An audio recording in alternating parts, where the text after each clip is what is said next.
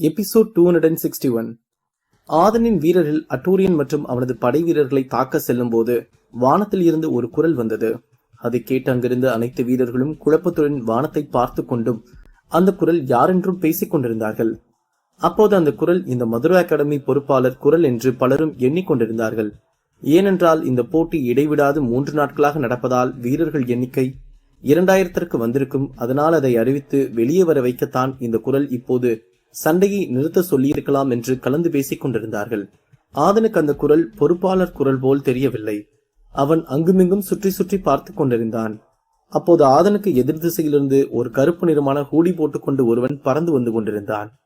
அதை இங்கிருந்து அனைவரும் பார்த்தார்கள். அவர்களுக்கு அது யார் என்று தெரியவில்லை. ஆனால் அந்த வீரன் தான் இந்த குரலில் பேசி சண்டையை நிறுத்த சொல்லியிருப்பான் என்பதை மட்டும் அங்கிருந்த எக்ஸ்பர்ட்கள் புரிந்து கொண்டார்கள். அந்த கருப்பு நிறமான ஹூடி போட்டிருக்கும் வீரனை பார்த்ததும் அட்டோரியன் வஞ்சகமாக சிரித்தான். அவன் சிரிப்பதை பார்த்த ஆதன், இப்போ வர்றவன் இந்த அட்டோரியனுக்கு தெரிஞ்சவனாதான் இருக்கணும், இல்லைன்னா அட்டோரியன் அவனை பார்த்தது இப்படி சிரிச்சிட்டு இருக்க மாட்டானே என்று நினைத்துவிட்டு அந்த பறந்து வந்த வீரனை பார்த்து கொண்டிருந்தான். அப்போது அந்த ஹூடி போட்ட வீரன் அட்டோரியனுக்கு அருகில் வந்து நின்றான். அப்போது அவன் தரையில் இறங்கிய தாக்கம் பட்டு அங்கிருந்த 10க்கும் மேற்பட்ட ஆதனின் வீரர்களுக்கு கத்தி பறந்து சென்று 5 வீரர்களின் கழுத்திலும் 5 வீரர்களின் வயிற்றிலும் 5 வீரர்களின் கையிலும் குத்தியது. மேலும் சிலருக்கு சின்ன சின்ன காயங்கள் ஏற்பட்டது. அது குத்திய அடுத்த நிமிடம் 8 வீரர்கள் இறந்து போனார்கள். 2 வீரர்கள் உயிருக்கு போராடி கொண்டிருந்தார்கள். அதை பார்த்து அங்கிருந்த ஆதனின் படை வீரர்களின் உடம்பெல்லாம் பயத்தில் நடுங்க ஆரம்பித்தது. ஆதன் எந்த ஒரு உணர்ச்சியும் வெளியே காட்டிக்கொள்ளாமல் அங்கு வந்து நின்ற வீரனை பார்த்து கொண்டிருந்தான். அந்த வீரன் அங்கு வந்து தரையில் நின்றதும் அவனது ஹூடியை தலையிலிருந்து எடுத்து விட்டுவிட்டு வாயில் அணிந்திருந்த துணியை கழுத்திற்கு இழுத்து விட்டான். அது வேறு யாரும் இல்லை, லோகேஷ் தான். அதை பார்த்த ஆதனின் படை வீரர்கள் அனைவரும் பேரதிர்ச்சி அடைந்தார்கள். அப்போது அவனை பார்த்த ஆதனும் அதிர்ச்சி அடைந்தான். அப்போது ஆதன் அனைவருக்கும் முன் வந்து நின்றான்.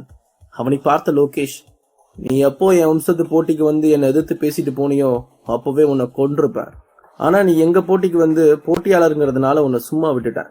இப்போ நீ என்னடானா இவ்வளவு பெரிய வீரனான அட்டோரியனைய ஓன் கட்டுக்குள்ள வச்சிருக்க இல்லையா என்று கோபத்துடன் கேட்டான்.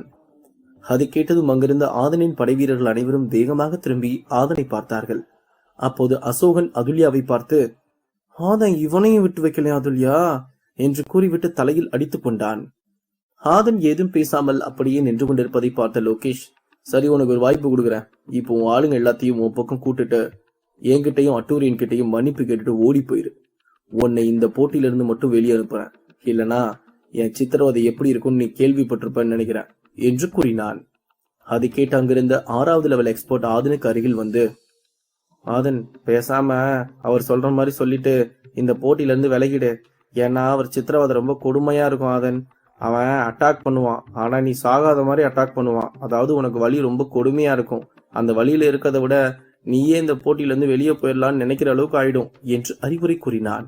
அந்த எக்ஸ்பர்ட் வார்த்தைகளை கேட்ட அசோகன், வேங்கையன், அதுல்யா, மணிகண்டன் மற்றும் சிலருக்கு பேரதிர்ச்சியாக இருந்தது. அவர்களும் ஆதனுக்கு அறிவுரை சொல்லிக் கொண்டுதான் இருந்தார்கள். இருப்பினும் ஆதன் எதுவும் பேசாமல் அவன் எதையோ யோசித்துக் கொண்டிருந்தான். லோகேஷின் வார்த்தைகளை கேட்ட அட்டோரியன் ஆதனை பார்த்து வஞ்சகமாக சிரித்துக் கொண்டிருந்தான். அதேபோல் அங்கிருந்த ஆதனின் படை வீரர்களும் லோகேஷை பார்த்து பயந்து கொண்டிருந்தார்கள். அவன் வருவதற்கு முன்பு வரை அனைவரும் சிரித்து பேசிக் கொண்டிருந்தார்கள். லோகேஷ் எப்போது வந்து நின்றானோ அப்போதிலிருந்து அவர்களுக்கு பயத்தில் வேர்த்து ஊற்றியது. ஒரு எக்ஸ்பர்ட் லெவல் ரேங்கிங்கில் முதலிடத்தில் இருக்கும் வீரனை பார்த்து அங்கிருக்கும் யார்தான் பயப்படாமல் இருப்பார்கள்? அது மட்டுமின்றி அவன் ஒரு சாதாரணமான அட்டாக் செய்தால் அங்கு 50க்கும் மேற்பட்ட வீரர்கள் உடனே ஆழமாக காயப்பட்டு விழுந்திருப்பார்கள். அப்போது ஆதனின் எக்ஸ்பர்ட்கள் ஒருவருக்கொருவர் பேசிக் கொண்டிருந்தார்கள். ஆதன் பேசாம போய் அந்த 2 பேர்கிட்டயே மன்னிப்பு கேட்டான்னா நம்ம உயிரும் தப்பிக்கும், அவன் உயிரும் தப்பிக்கும். இல்லனா நம்ம எப்படி கூண்டோட வந்து அட்டோரியனை எதிர்த்து நின்று சண்டை போட்டோமோ அதே மாதிரி எல்லாரும் கூண்டோட கைலாசம் போக வேண்டியதுதான் என்று கூறினான் ஒரு எக்ஸ்பர்ட். ஆமா ஆமா, ஆதன் இப்படி யோசிச்சுட்டு இருக்கதை பார்த்தா அவனும் லோகேஷ் கிட்ட மன்னிப்பு கேட்டு போயிடுவான்னு தான் நினைக்கிறேன் என்று அவனுக்கு அருகில் இருந்த மற்றொரு எக்ஸ்பர்ட் கூறினான். அப்போது ஆதன் திடீரென்று தலையை உயர்த்தி லோகேஷை பார்த்தான். அங்கு அவனுக்கு அருகில் பேசிக் கொண்டிருந்த நபர்கள் எல்லாம் ஆதன் மன்னிப்பு கேட்கப் போகிறான் என்று எண்ணிக்கொண்டிருந்தார்கள். அப்போது ஆதன் லோகேஷை பார்த்து, என்னை மன்னிச்சிடு லோகேஷ், இதுக்கப்புறம் நான் இப்படிலாம் பண்ண மாட்டேன். இந்த ஒரு வாட்டி என்னை மன்னிச்சு விட்டுரு என்று கூறினான். அதை கேட்டதும் லோகேஷும் அட்டோரியனும் ஆதனை பார்த்து கேலி செய்து சிரிக்க வந்தார்கள். அப்போது ஆதன் லோகேஷை பார்த்து, டேய் இப்படிலாம் சொல்லி என் உயிரை காப்பாத்திக்குவேன்னு பாத்தியா? யார்ரா நீ? நாங்க 2 பேரும் சண்டை போட்டுட்டு இருக்கும் போது நந்தி மாதிரி குறுக்க வந்து நாட்டமா பண்ணிட்டு இருக்க என்று கோபத்துடன் கேட்டான். அதை கேட்டதும் ஆதனுக்கு அருகில் இருந்த நபர்கள் அனைவரும் திகைத்து போனார்கள். அப்போது ஆதன் அவர்களை பார்த்து, எனக்கு என்ன ஆனாலும் நீங்க இந்த சண்டைக்கு நடுவில் வரக்கூடாது, சரியா? போங்க, எல்லாரும் அப்படியே போய் தள்ளி நில்லுங்க என்று கூறினான். அதை கேட்ட அசோகன் ஆதனிடம், இல்ல ஆதன் என்று பேசுவதற்கு வந்தான். அப்போது ஆதன் அவனை குறுக்கிட்டு, எல்லாரும் பேச வேண்டியதெல்லாம் பேசிட்டீங்கல்ல, நீங்க பேசின வரைக்கும் போதும், நான் கேட்ட வரைக்கும் போதும். இப்போ நான் சொல்றேன், எல்லாரும் அந்த பக்கம் போய் நில்லுங்க என்று கோபத்தில் கத்தினான். அதை கேட்டதும் அனைவரும் அங்கிருந்து ஓரமாக சென்று நின்றார்கள். ஆதனின் பேச்சை கேட்டு லோகேஷின் முகம் அட்டூரியனின் முகமும் கோபமாக மாறியது. அப்போது லோகேஷ் ஆதனை பார்த்து, நீ பேசுற வார்த்தைகளே உனக்கு யமனா மாற போதாதன், எங்கிட்ட இருந்து தப்பிக்க நான் உனக்கு ஒரு வாய்ப்பு கொடுத்தேன், ஆனா அது நீ உதாசீனம் பண்ணிட்ட, அதனால அதுக்கான தண்டனைய நீ அனுபவிச்சேதான் ஆகணும் என்று கோபமாக கூறிவிட்டு தனது உடம்பில் இருந்த ஆற்றல் சக்தியை வெளியெடுத்தான். லோகேஷ் மிகவும் சக்தி வாய்ந்த ஆற்றலை வெளியெடுக்கவில்லை. ஏனென்றால் அது பட்டு ஆதன் இறந்துவிட்டால் அவன் போட்டியிலிருந்து மட்டும்தான் வெளியேற்றப்படுவான். ஆனால் லோகேஷ் அவனை இங்கு வைத்து சித்திரவதை செய்ய வேண்டும் என்று நினைத்தான். அதனால் சாதாரணமான சக்தியை எடுத்தான். அப்போது லோகேஷ் தனது சக்தியை எடுத்துவிட்டு அவனது ஆள்காட்டி விரலை ஆதனை நோக்கி காட்டிய அடுத்த நிமிடம் அந்த சக்தி ஆதனை தாக்க மிகவும் வேகமாக சென்றது. அதை பார்த்த ஆதனின் முகம் சற்று மாறியது. அவனது உடம்பிலிருந்து ஒரு சக்தி ஆற்றல் வெளியே வந்தது. அந்த இடமே 2 மாபெரும் வீரர்கள் சக்தியை கண்டு நடுக்கம் கண்டது. அத்துடன் அங்கிருந்த அனைவரும் என்ன நடக்கப் போகிறது என்று தெரிந்து கொள்ள ஆர்வமாக பார்த்து கொண்டிருந்தார்கள். ஆதன் தன்னை நோக்கி வரும் லோகேஷின் சக்தியை நோக்கி அவனது சக்தியால் தாக்கினான். 2 சக்திகளும் வந்து ஒன்றுக்கொன்று மோதிக்கொண்டது. அந்த 2 சக்தியும் மோதிய தாக்கம் அந்த இடத்தில் இருந்த அனைவராலும் உணர முடிந்தது. அவர்களே சற்று பின்னால் சென்று நின்றார்கள். ஆதன் லோகேஷை எதிர்த்து அடித்தாலும் அவனால் லோகேஷின் சக்தியை தாங்க முடியாமல் அவன் உடம்பு நடுங்க ஆரம்பித்தது. ஆதனும் அவனது பலத்தை முழுமையாக பயன்படுத்தி அதை சமாளிக்க முயற்சி செய்தான். இருப்பினும் அவனால் அந்த தாக்கத்தை தாங்க முடியவில்லை. லோகேஷின் சக்தியை ஆதன் தாங்க முடியாமல் திணறிக் கொண்டிருப்பதை பார்த்த அட்டூரியனும் அவனது படை வீரர்களும் சந்தோஷமாக உணர்ந்தார்கள். ஆனால் மறுபக்கம் ஆதனின் தடுமாற்றத்தை பார்த்த அங்கிருந்த அவனது படை வீரர்கள் அனைவரும் பதட்டம் மேலும் அதிகமானது. லோகேஷ் சாதாரணமான சக்தியை பயன்படுத்தி இருந்தாலும் அது மார்ஷியல் ஆர்ட்ஸ் டெக்னிக்கில் மிகவும் சக்தி வாய்ந்த டெக்னிக் ஆகும்.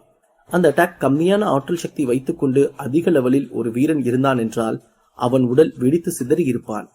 ஆனால் ஆதன் பல ஆற்றல் சக்திகளை பாதுகாப்பு சக்திகளையும் பயின்றிருப்பதால் அவனால் அந்த சக்தியை தாக்குப்பிடிக்க முடிந்தது. இப்போது அங்கிருந்த அட்டூரியன், இந்த ஆதனால ரொம்ப நேரம் இந்த அட்டாக்கை தாங்க முடியாது, எப்படியும் இன்னைக்கு சின்னாபின்னமாக போறான் என்று நினைத்து சந்தோஷமாக உணர்ந்தான். ஆதன் அங்கு நின்று கொண்டிருந்த லோகேஷ் மற்றும் அட்டூரியனை பார்த்து சிறு புன்னகை செய்துவிட்டு அவனது பட்டாம்பூச்சி படிக்கட்டுகள் சக்தியை பயன்படுத்தி லோகேஷ் தாக்குதலில் இருந்து தப்பித்தார். அதை பார்த்த அட்டூரியன் மற்றும் லோகேஷ் இருவரும் அதிர்ச்சி அடைந்தார்கள். ஏனென்றால் இந்த அட்டாக்கில் ஆதன் காயப்பட்டு விடுவான் என்று எண்ணிக்கொண்டிருந்தார்கள். அவன் திடீரென்று தப்பித்தது இருவருக்கும் பேரதிர்ச்சியாக இருந்தது. அத்துடன் ஆதனின் படை வீரர்கள் அதை பார்த்து நிம்மதி பெருமூச்சு விட்டார்கள். ஆதன் இதிலிருந்து தப்பித்த அடுத்த நிமிடம் அவனது தங்க நிறமான டிராகன் ஈட்டியை எடுத்து லைட் சக்தியோடு இணைத்து லோகேஷை நோக்கி தாக்கினான். அதை பார்த்த லோகேஷ் அப்படியே காற்றில் பறக்க ஆரம்பித்தான்.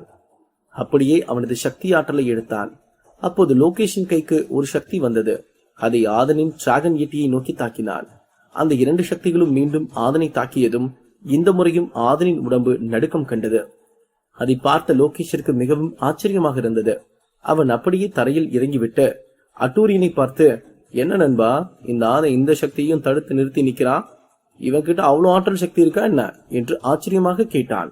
அதான் எனக்கும் ஆச்சரியமா இருக்கு லோகேஷ், நான் இவனை பார்த்து ரொம்ப மாசம் ஆச்சு, அதுக்கப்புறம் இப்போதான் பாக்குறேன், ஒருவேளை நல்ல ஆற்றல் சக்திகளை பயிற்சி எடுத்து வச்சிட்டானோ என்று குழப்பத்துடன் கூறினான் அட்டூரியன். இருக்கலாம் நண்பா, இருந்தாலும் இவனை சும்மா விட மாட்டேன்டா என்று கூறிவிட்டு கோபத்தில் பல்லை கடித்தான் லோகேஷ். அதை கேட்டு வஞ்சகமாக சிரித்தான் அட்டூரியன். சற்று நேரத்தின் ஆதலின் உடம்பு அந்த சக்தியை தாங்க முடியாமல் வலுவிழந்தது போல உணர்ந்தான் ஆதன். ஏனென்றால் லோகேஷின் சக்தி மிகவும் சக்தி வாய்ந்த ஒன்றாகும். அதே சக்தியை அட்டூரியனால் கூட நெடுநேரம் தாங்க முடியாத ஒன்றாகும். இது இப்படியே தொடர்ந்தால் ஆதன் லோகேஷிடம் தோற்று போவது உறுதியாகும்.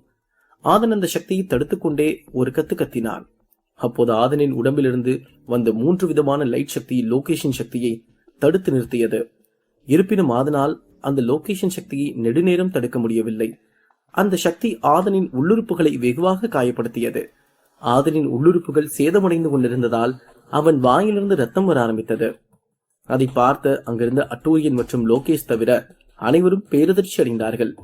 அப்போது ஆதனின் சக்தி ஆற்றல் மெல்ல மெல்ல வலுவிழந்து தடுமாற ஆரம்பித்தான். ஆதன் தடுமாறுவதை பார்த்த அதுல்யா, ஆதன் இறந்து போறதுதான் சரியானதா இருக்கும் என்று முகத்தை சுளித்துக் கொண்டு கூறினாள். அதை கேட்டு அதிர்ச்சியடைந்தான் அசோகன். அவன் அதுல்யாவை பார்த்து, அதுல்யா, நீ என்ன உளறிக்கிட்டு இருக்க என்று கேட்டான். ஆமா அசோகா, ஆதன் இப்படி கஷ்டப்படுறதை விட அவன் இறந்து போனா கூட இந்த போட்டியிலிருந்து விலகிதான் போவான் என்று கூறினாள் அதுல்யா. அதை கேட்ட அசோகன் ஆதன் தடுமாறி கொண்டிருப்பதை பார்த்துவிட்டு, நீ சொல்றதும் சரிதான் அதுல்யா, ஆதன் இப்படி அவஸ்தைப்பட்டிருக்கதை என்னால பார்க்கவே முடியல என்று வருத்தத்துடன் கூறினான். அப்போது வேங்கையின் இருவரையும் பார்த்து, நீங்க 2 பேரும் அமைதியா இருங்க. ஆதன் கண்டிப்பா அடுத்த ரவுண்டுக்கு போகணும். அப்போதான் மற்ற வீரர்களுக்கு கொஞ்சமாவது பயம் இருக்கும். அப்புறம் ஆதனும் இந்த தடுமாற்றத்திலிருந்து வெளியே வருவான். பொறுமையா காத்துருங்க என்று கூறினான். அதை கேட்டதும் அங்கிருந்து அனைவரும் ஆமென்று தலையசைத்தார்கள். அப்போது ஆதன் அந்த சக்தியிலிருந்து தப்பித்து வந்தான். அந்த சக்தி வேகமாக பின்னால் சென்று ஒரு மரத்தில் பட்டு அந்த மரம் கண்ணிமைக்கும் நேரத்தில் சாம்பலாகி போனது. அதை பார்த்த லோகேஷிற்கு கோபம் மேலும் அதிகமானது. அப்போது அவன் ஆதனை பார்த்து, இதுக்கு மேல உங்ககிட்ட சின்ன சின்ன பிள்ளைங்க மாதிரி சண்டை போட்டுட்டு இருந்தா சரிப்பட்டு வராது. அதனால இதுக்கு இப்பவே ஒரு முடிவு கட்டுறார் என்று கூறினான். ஆதன் தடுமாறி நின்று கொண்டிருந்தான். அவனால் அடுத்து ஒரு சாதாரணமான தாக்குதலை கூட தாங்க முடியாத நிலையில் இருந்தான். அங்கிருந்த ஆதனின் படை வீரர்கள் ஆதன் 2 அட்டாக்கை சமாளித்து விட்டான் என்று சந்தோஷப்படுவதா, இல்லை இப்போது அடுத்த அட்டாக்கை தாங்க முடியாத நிலையில் இருப்பதை பார்த்து வருத்தப்படுவதா என்று இரண்டும் கலந்த உணர்ச்சியில் நின்று கொண்டிருந்தார்கள். அப்போது லோகேஷ் அவனது சக்தி வாய்ந்த சக்திகளில் ஒன்றான கோடாலி சக்தியில் அவனது ஆற்றல் சக்தியும் லைட் சக்தியும் இணைத்து ஆதனை நோக்கி தாக்கினான். அந்த சக்தி வரும் வேகத்தை பார்த்து அங்கிருந்து அனைவரும் பேரதிர்ச்சி அடைந்தார்கள். அது ஆதனை நெருங்க நெருங்க சக்தி ஆற்றல் அதிகமாகிக் கொண்டே சென்றது. அதை பார்த்து அங்கிருந்து அனைவரும் வியந்து பார்த்து கொண்டிருந்தார்கள். அந்த அட்டாக்கை பார்த்த ஆதனை கதிகலங்கி நின்று கொண்டிருந்தான். அவன் எந்த ஆயுதமும் எடுத்து சண்டை போடும் நிலையில் இப்போது இல்லை. அந்த சக்தி ஆதனை நோக்கி செல்லும் போது தரையெல்லாம் விரிசல் விட்டது. அந்த அளவுக்கு அந்த சக்தி வலிமை மிக்க ஒன்றாக இருந்தது. ஆதன் இத்துடன் இறந்து இந்த போட்டியிலிருந்து வெளியேறப் போகிறான் என்ற எண்ணத்தில் அனைவரும் வந்துவிட்டார்கள். அதற்காகத்தான் அட்டோரியனும் காத்து கொண்டிருந்தான். அங்கு விழுந்து கிடந்த ஜனனியும் எழுந்து ஆதனை பார்த்து வஞ்சகமாக சிரித்துவிட்டு, ஒரு மாவீரன் கிட்ட ஆணவத்தோட பேசினல, உனக்கு இதுதாண்ட சரியான தண்டனை என்று நினைத்தாள். இப்படி அனைவரும் ஆதன் இறந்து விடுவான், அதன் பிறகு போட்டியிலிருந்து விலகி விடுவான் என்று பேசிக் கொண்டிருந்தார்கள். ஆதன் மீது அந்த சக்தி பட்டதும் அவன் பல 100 அடி தூரம் தூக்கி எறியப்பட்டான். அவன் சென்று விழுந்ததும் அவனது உடம்பில் எந்த அசைவும் இல்லாமல் இருந்தான். அதை பார்த்த லோகேஷ், என்னை எதிர்த்து பேசினா இப்படிதான் உயிர் போகும், அதுக்கு இந்த ஆதன் மரணம் தான் ஒரு உதாரணம் என்று அனைவரையும் பார்த்து கர்ஜித்தான். ஆதனும் எந்த ஒரு அசைவும் இல்லாமல் இருந்தான். அதை பார்த்த ஆதனுக்கு எதிரான அனைவரும் சந்தோஷமாக உணர்ந்துவிட்டு அங்கிருந்த ஆதனின் படை வீரர்களை பார்த்து முறைத்துக் கொண்டிருந்தார்கள். ஆதன் போட்டியிலிருந்து விலகி விடுவானா? அட்டோரியன் அடுத்து என்ன செய்ய போகிறான்? அடுத்தடுத்து கதைக்களத்தில் காத்திருக்கும் சுவாரஸ்யமான சம்பவங்கள் என்ன? எபிசோட் 262. லோகேஷின் கோடாலி சக்தி ஆதன் மீது பட்டதும் அவன் பல அடி தூரம் பறந்து சென்று விழுந்தான். அவன் உடம்பில் எந்த ஒரு அசைவும் இல்லாமல் இருந்தான். அதை பார்த்த அனைவரும் அவன் இறந்து விட்டான் என்று எண்ணிக்கொண்டு மிகவும் சோகமாக இருந்தார்கள். அப்போது லோகேஷ் அட்டோரியனை பார்த்து, நான் ஆதன் கதையை முடிச்ச மாதிரி நீ ஆதனுக்கு துணையா வந்த எல்லாத்தோட கதையும் முடிச்சிடு. ஏன்னா நம்ம மேல இவங்களுக்கெல்லாம் பயம் இருக்க வரைக்கும் தான் நம்ம ராஜா, இல்லைன்னா நம்ம எல்லாத்துக்கும் ஜோக்கரா நினைச்சிருவாங்க என்று கூறினான். அதை கேட்டு அட்டோரியன் சரி என்று தலையசைத்தான். அப்போது அந்த பக்கம் விழுந்து கிடந்த ஜனனியும் எழுந்து வந்து அட்டோரியனுக்கு அருகில் நின்று அங்கிருந்த ஆதனின் படை வீரர்களை கோபத்துடன் பார்த்து கொண்டிருந்தாள்.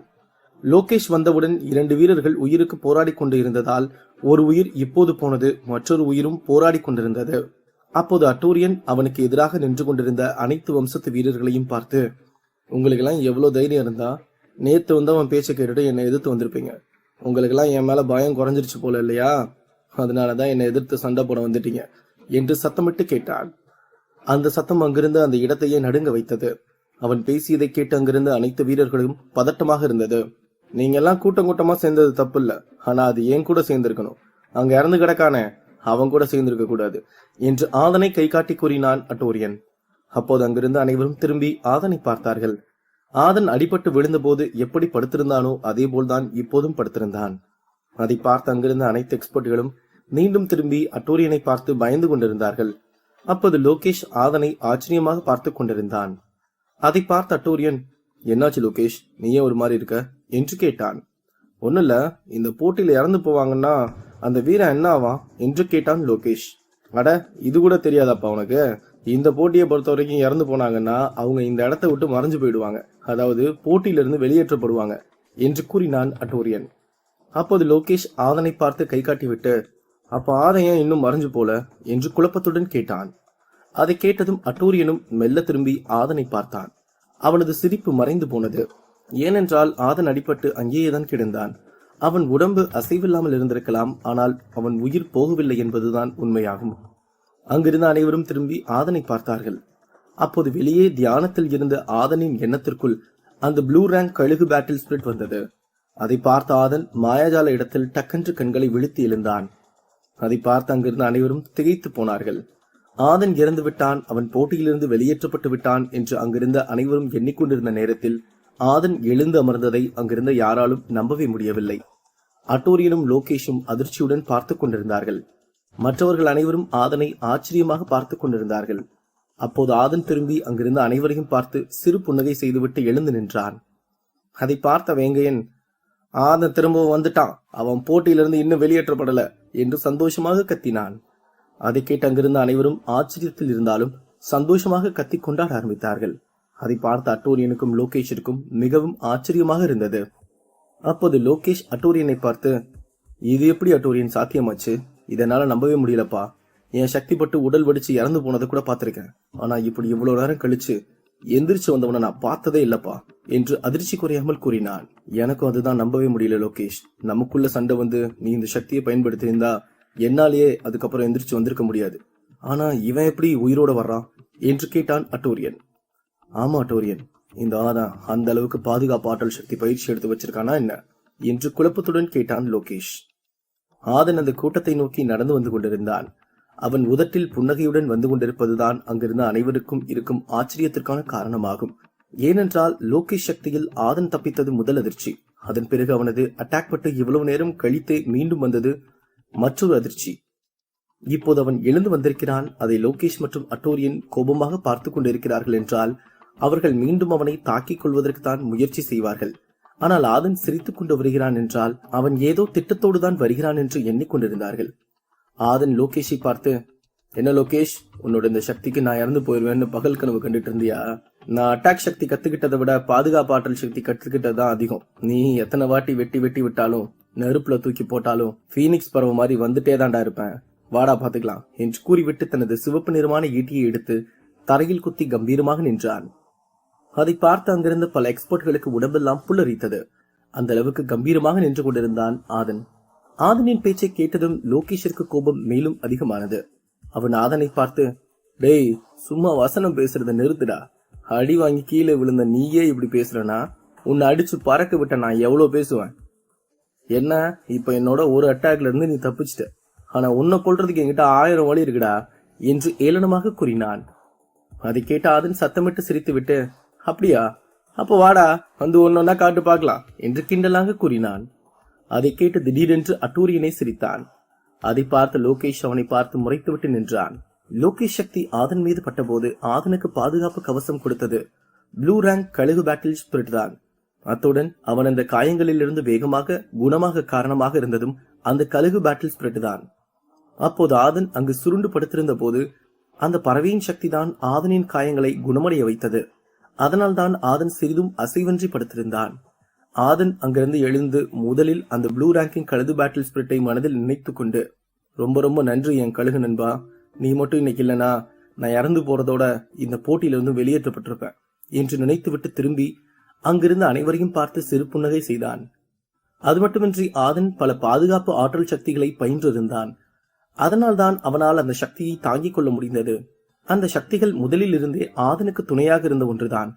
ஆனால் இப்போது அந்த சக்தி வாய்ந்த கழுகு பேட்டில் ஸ்பிரிட் இணைந்து கொண்டதால் ஆதனின் பாதுகாப்பு சக்தி வலிமையடைந்தது மற்றும் ஹீலிங் சக்தியும் இரட்டிப்பானது. அப்போது லோகேஷ் ஆதனை பார்த்து, நீ இவ்வளவு திமிரா பேசும்போது உன்னை அடிக்க என் சக்தி வாய்ந்த ஆயுதங்களை எடுக்கிறதுல எந்த தப்பும் இல்ல என்று கூறிவிட்டு கண்களை மூடி நின்றான். அப்போது அவனது கைக்கு ஒரு சக்தி ஆற்றல் மிக்க சுத்தியல் வந்தது.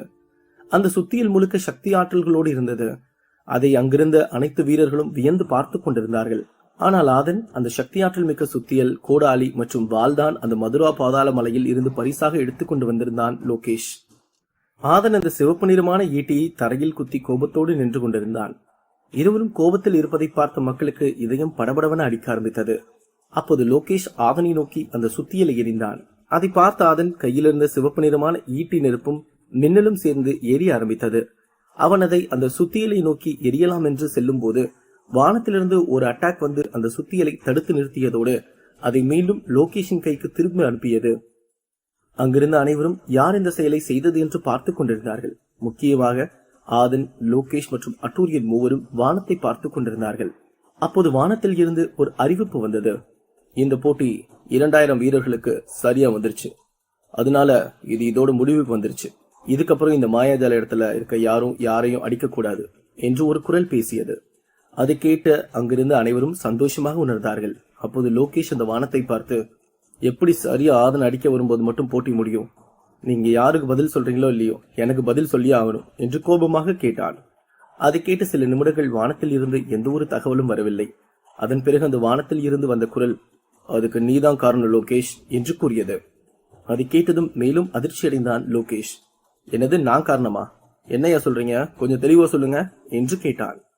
அப்போது சில மணி நேரத்திற்கு முன்பு மதுரா அகாடமியின் தலைமை பொறுப்பாளர் ஒரு துண்டு சீட்டு கொண்டு வந்து ராஜகுரு தணிகைநாதனிடம் கொடுத்துவிட்டு ஒரு தகவல் சொல்லிவிட்டு சென்றது என்னவென்றால், மாயாஜால இடத்தில் அனைவரும் ஒரே இடத்தில் தான் இருக்கிறார்கள். அங்கு மேலும் 2 உயிர்கள் போனால் 2000 வீரர்கள் எட்டிவிடும் மற்றும் இந்த முதல் ரவுண்டும் முடிந்துவிடும் என்றுதான் சொல்லிவிட்டு சென்றான்.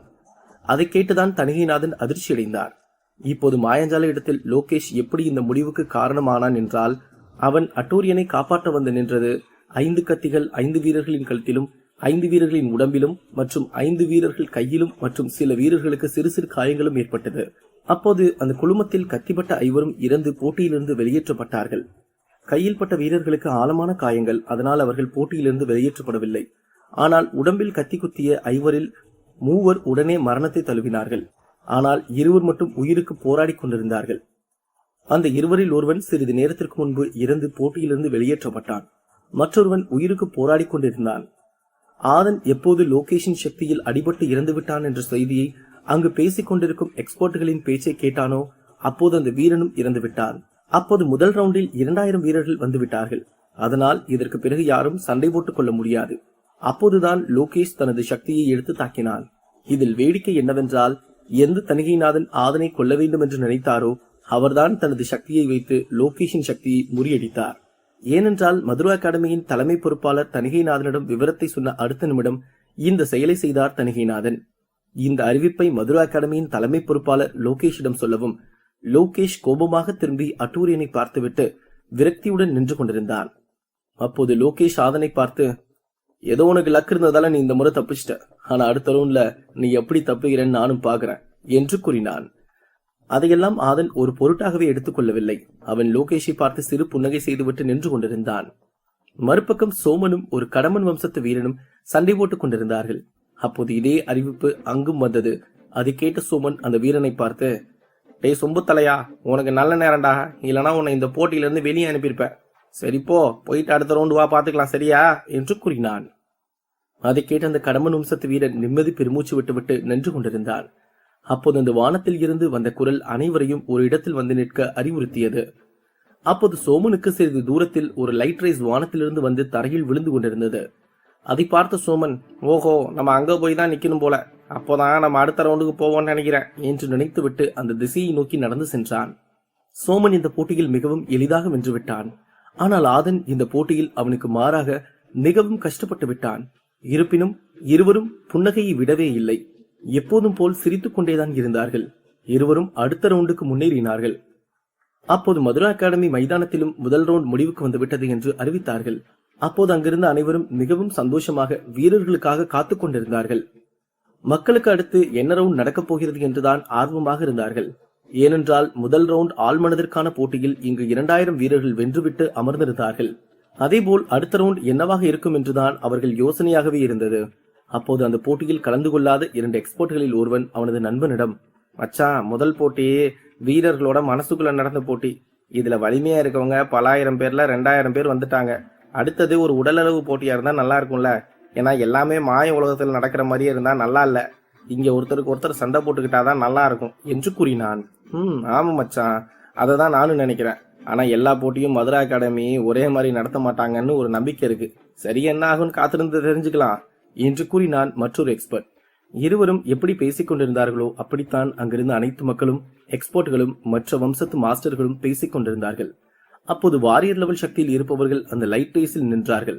மறுபக்கம் எக்ஸ்பர்ட் லெவல் சக்தியில் இருப்பவர்களும் வந்து அவர்களுக்கு வந்திருந்த லைட் ரேஸில் நின்றார்கள். அதன் பிறகு இரண்டு பக்கமும் வானத்தில் இருந்து ஒரு குரல் கேட்டது. எல்லாரும் உங்க கண்களை மூடி நில்லுங்க என்று உத்தரவிட்டது. அனைவரும் கண்களை மூடிவிட்டு மீண்டும் கண்களை திறந்த போது அந்த 4000 வீரர்களும் மதுரா அகாடமி மைதானத்தில் நின்று கொண்டிருந்தார்கள். அடுத்த ரவுண்ட் என்னவாக இருக்கும்? அதில் என்னென்ன சவால்கள் கொடுக்கப்பட போகிறது? அடுத்தடுத்து கதைக்களத்தில் காத்திருக்கும் சிறப்பான சம்பவங்கள் என்ன?